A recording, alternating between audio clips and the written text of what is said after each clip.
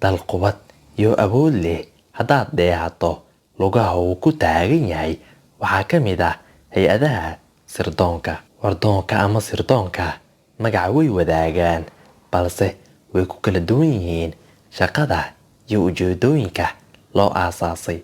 Mossad oo ah laanta sirdoonka ee ugu sareysa Israa'iil waxaa aasaasay adaabtana u dejiyey ra'iisul wasaarihii ugu horeeyay ee Israa'iil lana oran jiray David Ben-Gurion.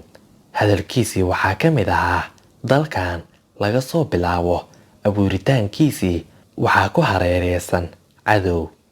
sirdoonka waa safka hore ee difaaca. waa inaan ogaano waxa ka socda hareeraheena. Israa'iil waxay boobtay dhul dad muslim ah ay leeyihiin. waxaa ku hareereysan oo jiha walba ka xiga waddan carbeed oo muslim ah.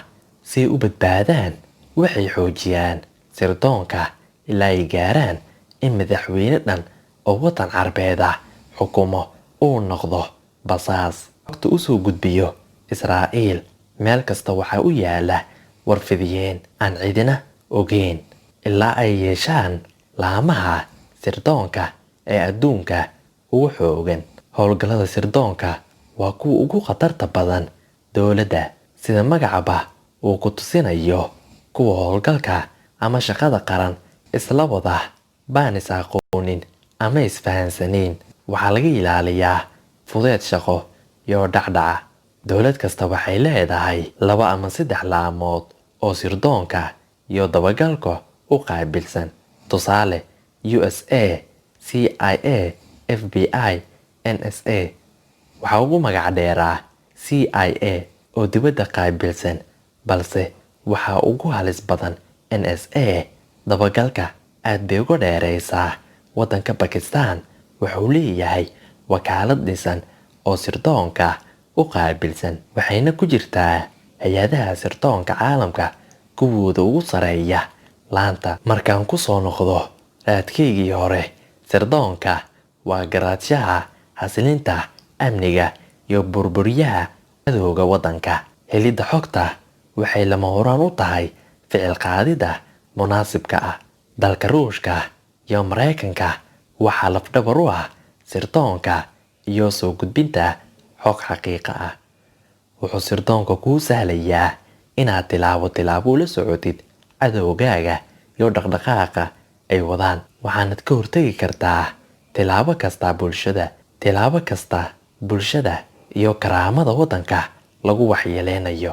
maadaama la marayo dunyo casri ah, sirdoonka wuxuu la jaan qaaday tiknoolajiyadda cusub sida fayraska ama farsamo kale. tusaale, Stuxnet waa fayrus ay si wadajir ah u ikhtiraaceen sirdoonka Mareykanka iyo Israa'iil sanadii 2010. waxay rabeen inay ku waxyeeleeyaan qalabka iyo isgaarsiineed ay Iiraan isticmaalaysay si u samaystaan nuclear. fayraskaas shaqadii loogu talagalay waa uu qabtay, wuuna burburshay dhammaan makiinadihii shaqada waday iyo xogtii muhiimka ahayd.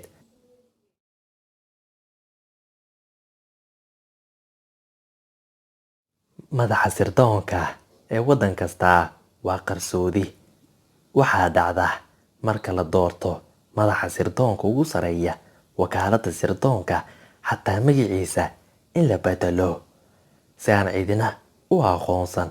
tusaale, Putin magaca kale buu ku howlgeli jiray markuu ahaa sarkaalka KGB. waa magacii sirdoonkii midowga Soofiyeed, haddana la dhaho FBS. magacaygu waa Cabdulla. halkan waa kanaalka dunida. madaxa sirdoonka